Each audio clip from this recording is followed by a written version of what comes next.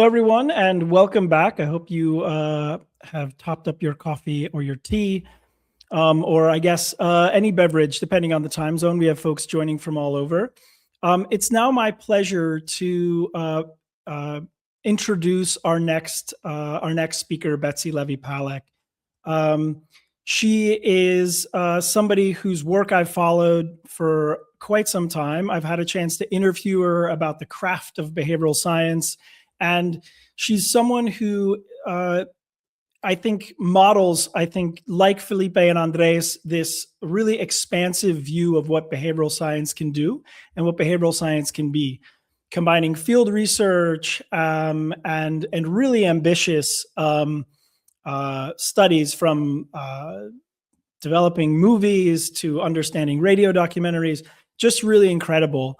And so I'll now do sort of the formal part, so we all know exactly where Betsy's coming from. She is the Eugene Higgins Professor of Psychology and Public Affairs at Princeton University, where she's also the Deputy Director of the Kahneman-Treisman Center for Behavioral Science and Public Policy. As I mentioned, much of her work involves field studies and has focused on prejudice and intergroup conflict. And she always is trying to test theoretically driven interventions that are grounded in the science. And so again, trying to bridge the gap between the science and reality. And as I mentioned earlier on, she's working on a book called Social Gravity, and about the concept of social gravity, which she describes as a fundamental force of human social life that pulls people toward common ideas or behavior in their social world. So we're going to get a chance to hear from Betsy the kind of sneak peek of what she's really been thinking about and focused on for the past months as she works on this concept. So it's my pleasure to invite Betsy to the stage. Betsy, thank you for being at Neuropaz. Hi, Evan. Thank you so much for having me. It's such an honor to be here. It's been really inspiring to be listening in to all of the talks and the video so far. Terrific. Well, I'm going to pull your slides on stage. We're going to enjoy your talk, and then we'll have a chance for a Q&A afterwards. So looking forward to learning more about social gravity and discussing after. Great. Okay. Hello, everybody. So I just have very minimal slides. I'm going to talk to you today about this project of mine where I'm trying to pull together ideas that I think are really familiar to you all. And I tried to put together this talk in the spirit of Evan's challenge to frame it as hard truths and paths forward. I think many of us are already thinking about these hard truths, but what I hope the book is going to do for experts like you who think about conflict all the time is to maybe put together some insights that you've had into a framework that can organize us going forward in a direction that I would love to see the peace building, the peace building community go forward. So I'm going to just start off with a toy example, and one that's from my own life. So I'll start off by making myself a little bit vulnerable with you. This is me and my son biking home from his school one day. I bike to work here in Princeton, New Jersey. It doesn't look like this right now. We're covered in snow. I bike to work because it's a policy at my university. They're trying to get more people to do this. So I believe in the environmentalism of it all and the reduced car traffic. But I have to tell you one thing about me and biking, which is that I don't like it. I'm afraid of getting hit by cars. I get cold very easily. I do it because I'm very short on time. So from the moment I drop off my kids at school, the clock is ticking in my head. I have so many things to get done before I go back and get them. I'm sure many of you can relate to this. So the story I want to tell you is that I was biking to work one day. I was at a four-way, very busy intersection, and there was a red light. And for once, as I looked around, there were no cars at all. And remember, the clock is ticking in my head. So I looked around again, no cars, in particular, no police. and I rode right across. I know. For those of you who come from countries where this is illegal, I'll just remind everybody this is illegal in the state of New Jersey where I live. And as I was about to finish crossing, I heard a booming voice behind me. A man was yelling at me. And he said, no, no, no, don't do that. They hate us when we do that. We can't do that. The cars will hate us when we do that. And I turned around and I saw this guy, someone like him, a professional cyclist or someone who's a real enthusiast. He had all the gear. And I'll admit, I was pretty annoyed and a little scared that I was being yelled at like that. But the thought that came to my mind and that stayed was, who's we?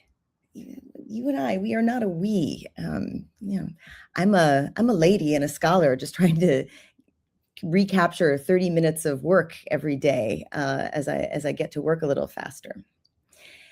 And so why am I telling you this story? I think you know why, because these are the kinds of things that you think about all the time. But let me just draw out the intuition here. So this story might puzzle many theorists or people who stay in the laboratory to study attitudes and to theorize about effective laws, but it doesn't puzzle us as people working in conflict and peace building.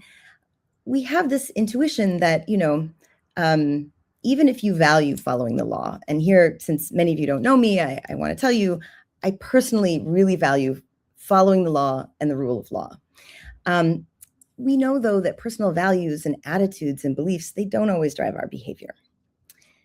And the second thing I want to just draw out, which I know you're already thinking about, is this biker could have just yelled at me, "That's illegal," which it is. But instead, he called me in on a community standard. He said, we don't do that because they will hate us if we do that. But calling me in on that community standard was not effective at all. I did not feel a part of his community. So, I was really struck when I heard in the wonderful documentary Emil saying, the government can make the peace, but it's the people who keep the peace. And my research really addresses, well, how do they do that? Do they keep it out of their personal convictions? Or do they keep it out of the desire to follow the law or new political agreements? And my research has really been about the limits of people's personal convictions, personal beliefs, and about the limits of the law or the lack thereof in the spaces where I've worked. I've been really interested in what I call a third force that organizes our behavior. Wow, that's a fast slide advancement. And I call this social gravity. And I'm calling it social gravity because I'm trying to draw in a lot of concepts that we all use and sometimes get confused about. So I define social gravity as this force that pulls us toward ideas and behaviors that we see as normal. It normalizes things for us. And it does so in particular social worlds. It does so in social worlds where we want to belong, where we're trying to maintain our dignity, our status. This is where social gravity is particularly strong, pulling in our inclinations to behave in a certain way, even if it defies what we personally believe, and sometimes even if it defies the law.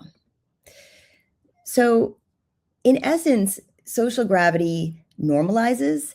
And because I'm speaking to a group of experts, I can expand on this a little bit, use our scholarly jargon, our practitioner jargon, and say, at its essence, social gravity creates shared meaning. So that might include the things that sometimes people refer to as values. So these widely shared values that we all recognize. And sometimes this means that we're referring to culture, and culture in the way that some sociologists like Ann Swidler speak of culture, where culture is really a toolkit of behavior. You can behave in a number of different ways. And what culture does is it helps you select which behavior is appropriate for the situation based on your shared understanding of this will be appropriate, this will be typical here, this will be desirable here, this will be normal. The role for institutions in social gravity is that they can help reinforce or jumpstart these shared meanings. But I want to remind you that institutions without a lot of legitimacy, they often can't jumpstart shared meaning. I think the institutions are more successful when they reflect what the public, the people, already believe to be more normal. And so one question I have is, are we drawing on this idea of social gravity when we design interventions to build peace, to reduce conflict? And I'll give you one more example, if you can tolerate it, from the United States and from my hometown or my state, New Jersey. I think this is an example showing that the public actually does know about social gravity and has intuitions about it. And this example is from 16 years ago. I was a young professor here, just starting out at Princeton, and a terrible tragedy happened at a university that is neighbors with us, where a student posted a video of his roommate, a young man, kissing another young man in the privacy of their room. It was one of these early crises over young people being cruel to one another online and sharing one another's private information and images. And days after that happened, the gay young man, the roommate, tragically ended his life. The roommate went on trial, and LGBT groups and the prosecutor were calling for the crime to be prosecuted as a hate crime. And one thing that I found very interesting was that at the time, some journalists spoke up and said things like this: Darun, who was the young man on trial, Darun should be held responsible, but we can't put the bully in jail because the bully is in all of us. And what the journalist was reacting to was all of the evidence at trial that had come up, showing that in all of the private online messages between this young man and his friends, he didn't even seem the most homophobic. He, in fact, didn't seem very homophobic at all. But the language used by these young men was so casually cruel, it was their vernacular. And the journalist was saying, it's really hard to portray this young man as a malicious homophobe based on this evidence. That was echoed by a self-identified gay student at the same university who spoke to the New Yorker about it and said that he felt that Darun had actually wanted people to be amused by his actions when he posted the video online. He wanted people to think of him as this bro. And I thought, these are really intuitions about social gravity. They recognize, and I think many of us can, especially when, public fury about a widespread pattern of behavior is focused on one person. I think we can often access that intuition that, oftentimes people behave terribly when they're living up to the terrible social standards of their social world, of a social world where they want to belong, where they want to achieve this kind of status. Problem is that I observe in the public, and particularly it was true in my state of New Jersey, after crises like this, we don't act on those intuitions. We don't try to change those widely shared standards, the normal. Instead, we use the tools that are most proximate to our hands, which is we try to change the law or policy, and we try to educate each and every individual. We try to persuade them and change their personal beliefs about bullying. And that's what happened here. The state passed, increased punishments for any students who were called out on bullying, and basically turned all school counselors into direct reports to the police in case anyone was reporting something like this. And all students had to sit through mandatory training sessions to teach them empathy and scare them about the consequences of bullying. And so I want to ask a hard truth about our own field and reflect on whether I actually see us in the peace and conflict field designing interventions with this in mind, about what it means to change someone's normal.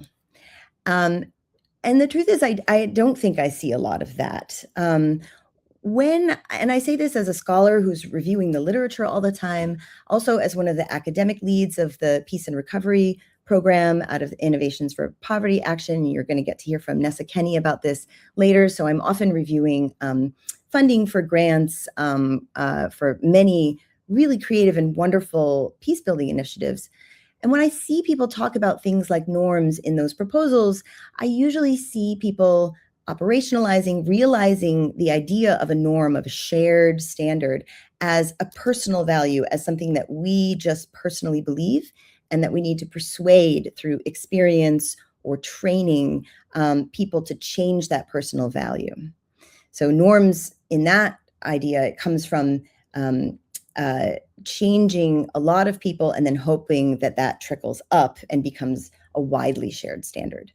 I also see that people are trying to strengthen institutions, which is also important, and then just hoping that that will trickle down to the public and that they'll recognize that new institutional ways and policies will change the way people really feel they can achieve belonging and status in their worlds.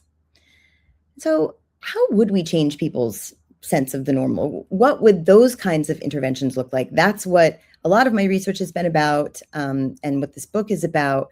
And I really got a front row seat to understanding what that might look like when I was a graduate student doing my dissertation in Rwanda. I went there as part of my dissertation research.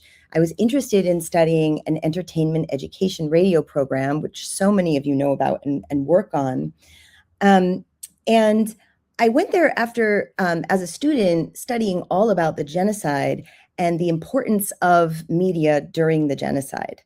And this work on the media happened as I was doing sort of in parallel to my work on peace building media following the genocide. But I want to tell you about this work first, because what struck me was how similar some of our findings were. So a couple of scholars had been working on how did the media during the genocide coordinate and encourage that violence so much. Because for years we've been working off of legal understandings of propaganda and hate radio as being like a hypodermic needle where you're exposed to it and it changes you. It's an infection model. So it changes lots of individuals who become infected with hate and bad ideas and join violence. This paper, what it showed was something much different. They were looking at actual signaling and reception rates across the different 1,000 hills of Rwanda, because it's such a hilly country, not everyone can receive the radio signal at the same time. So if you look at the bottom axis here, this axis that's going out that says the population share, who could actually hear the propaganda broadcast, what you see is a line that swoops upwards suddenly, right? And what that's telling us is that this can't be just a hypodermic, and what is swooping upward is collective violence. This can't be a hypodermic needle effect, because if each person who received the radio program decided to join the violence, you would see a much more monotonic or linear effect. You know, more people joining the violence. People joined the violence when they realized that everyone around them was hearing that radio program, that everyone was hearing that same call to join the violence, to go to the roadblocks and take up violence against their Tutsi neighbors. And the reason why this is paralleling the things that I was discovering working with this radio program called La Benevolencia is that this radio program was an absolute hit. This is the sort of great turn of luck in my career, that I went to study an entertainment education program about reconciliation that would teach people about trauma, that would teach people about the start of violence. And what I found is actually that when we did a randomized controlled trial comparing people who listened to this program versus people who listened to a different kind of radio soap opera, what I found was that people didn't necessarily learn about these ideas.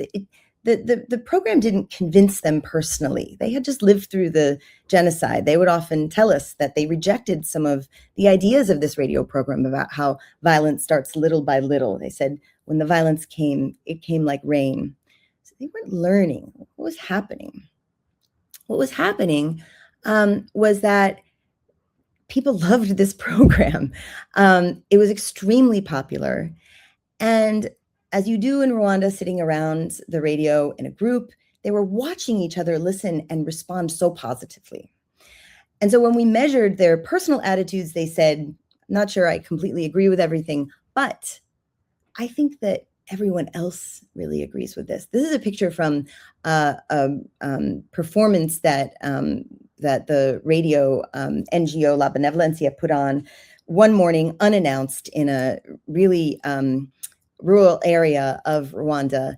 And all of the people who ran to come and see it and were transfixed. And when I watched this group of people all be so engaged in this radio program, it made me think of the genocidal radio program RTLM, which encouraged them to go and to kill, because it was another effect of seeing how everyone else enjoyed it. And I really want to bring this up because maybe some of you who know me as a scholar know that this is a very old study. But the reason I bring it up is because I think that sometimes it's been misread.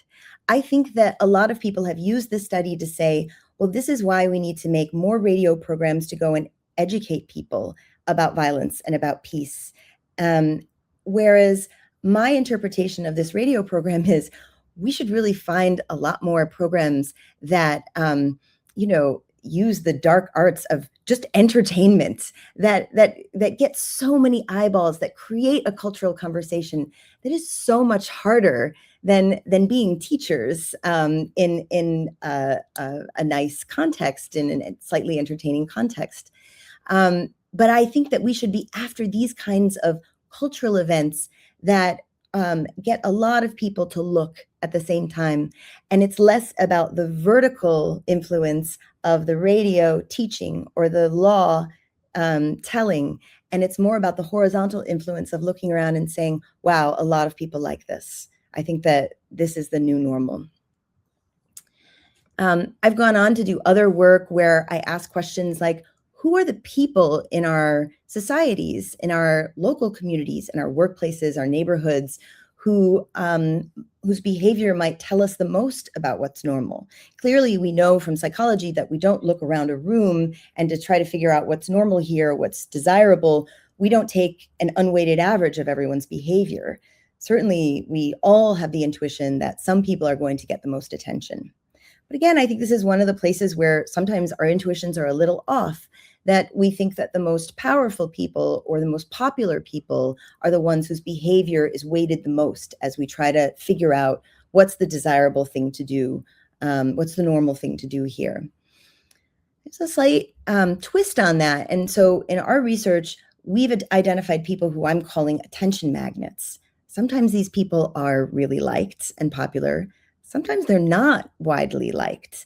And the claim that I'd like to make is that different people get attention in all different spaces. This is a social network map of a middle school, of a high school, where we were testing out this effect. And in a high school, as you know, just think about the lunchroom and all of the different groups of students who are there. We would interview students and they would tell us all about the different groups. This is the anime table. This is the drama table. This is the popular table. This is the semi-popular table. It becomes really clear that the kinds of students who are nominated to lead the charge of reducing bullying in those situations are usually the kids who are A students or who the teachers recognize as particularly popular athletes and so forth. Those are not the students who can speak to each table in that environment. And so we've been looking for people who get attention in all corners of a social network, bringing them together as kind of like an Avengers team of ambassadors for a different normal is the way we've been approaching this. So I want to wrap up with a path forward and to say, the book that I'm working on, and it's going to come as no surprise to all of you experts out there because there is so much research on this. I'm just trying to draw it all together. Asks, who are the people and the technologies that create our normals? And sometimes they're surprising. I think there are many more types of people and technologies that are involved in normalization of things like peace and of things like violence. Also of things like whether you commute to work on a bike. I think there are many more people and technologies that are involved in that process than we often think and that we often put into our interventions and draw on for our peace-building interventions. Some of the surprising sources that we observe include lower status people, local friendship groups, fiction, conversation about taboo or hidden topics, particular forms of leadership, not all forms of leadership. And I think we heard about one wonderful form today. Collective responses to leadership. Obviously, collective action is a huge part of this because it's about what becomes very salient to us. And now AI and algorithms. People are directly asking AI, what is normal these days? How should I respond? And we have to be on top of that. I think all of these affect our shared meanings and our normals, and they're all going to lead to these super testable hypotheses that I think that we as scholars and we as practitioners should be so aware of. And one of these testable hypotheses is that there are opportunities to change people's normal that do not come from individual level work, and they do not come from institutional change. So that's like the fundamental premise here.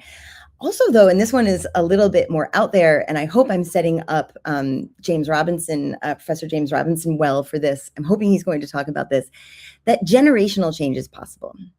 When I talk to people who come from, places with deep multi-generational histories of conflict, oftentimes they'll tell me, well, the older generation, honestly, and I'm sad to say this, just has to go. It's only the new generation that we can rely on now because they are so set in their ways. I don't mean to say that social gravity is the only force that matters. Of course it's not. It's just so overlooked.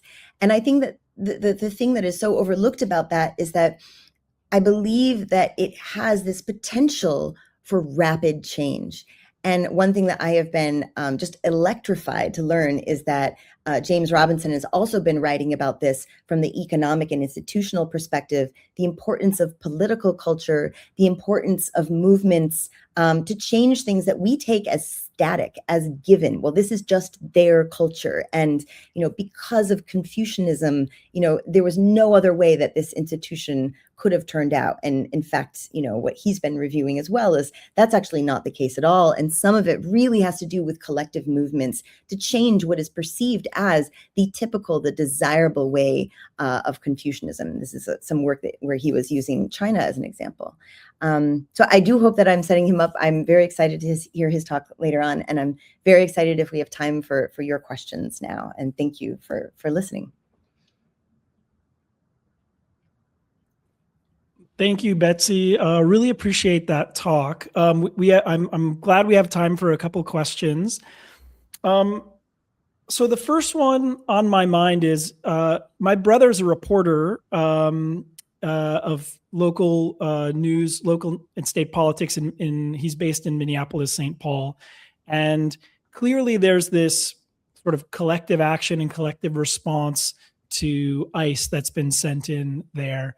And I think maybe folks in Minnesota aren't surprised, but I think the world maybe is surprised by the level of action that people are seeing. So as someone who thinks about social gravity and norms and looking around and seeing, what's normal for our community, I'm curious if you could reflect on what you've seen come through the news in Minneapolis over the last few weeks. Sure. Well, thanks to your brother, I've been following the news, thanks in part to your brother. And I think that one thing that happens to countries like the United States that is going through a dramatic phase of discovering many new normals is that people are exhausted by it. And so there are many ways in which Americans have been discussing that it's time to withdraw. People talk all the time about, ways that they protect themselves from social media and try not to read the news because the crisis is just too jarring and it's too much. And one thing that I had been thinking about a lot was that was becoming a new normal. So not apathy necessarily, but this self-protective ignorance of what's happening in politics, which will really block new avenues to collective action. And I think that what is so inspiring and notable about the response from ordinary Minnesotans is that people are seeing a whole movement of Americans who are not putting their head in the sand, who are not protecting themselves. And I think that this becomes a very salient reminder, a rival notion of what is normal in Trump's America now. And so the press has a lot to do with that. And ordinary citizens have a lot to do that because they're taking so many of these videos that have been so meaningful. Thank you for reflecting on that. As someone who, also thinks globally, and thinking about our audience right now, there are a lot of people who are in some shape or form involved in community programs, whether at the policy level, whether on the ground. And so I'm curious, I think if you asked everybody, they might say something like, I want to create the social gravity in my community or whatever it might be that aims towards this, that pulls people towards, a certain behavior. And you talked some in your talk about how our assumptions about how social gravity operates, maybe we're trying to persuade through it rather than cultivate it in another way. So I'm curious if you could give some advice on the people who kind of want to build that force or are tasked with building that force in their communities and countries around the world. Thanks for that opportunity to talk about it. I think that one thing that we have gone through together globally recently is the COVID pandemic. And it changed normals in different ways in different parts of the world. But I think all of us can relate to a new normal during that time.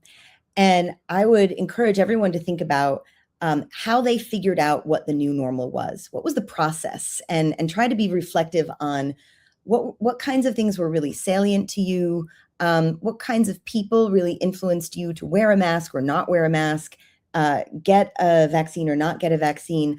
A lot of what this comes down to is what people see in their immediate environment.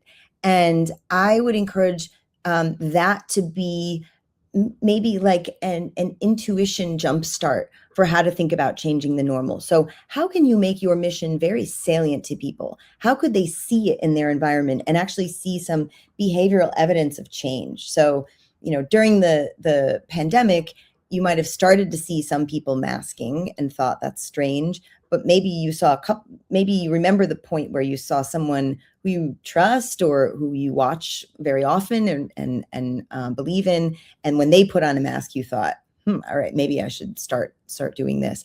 And so I think that salience is a guide here. And also thinking through the ways that both leaders from the top and ordinary people from below can use their special advantages to make things salient for people. So leaders can gather people. They can make gatherings more likely and more visible and covered by the media. Ordinary people know how to tell stories. They can tell stories about themselves in a very personalized way, because that's going to speak to the people at their lunch table in the high school cafeteria, and a multitude of stories from different corners can do that. So I think we should be just mindful always about what's going to make these new ideas pop up in front of the largest number of people.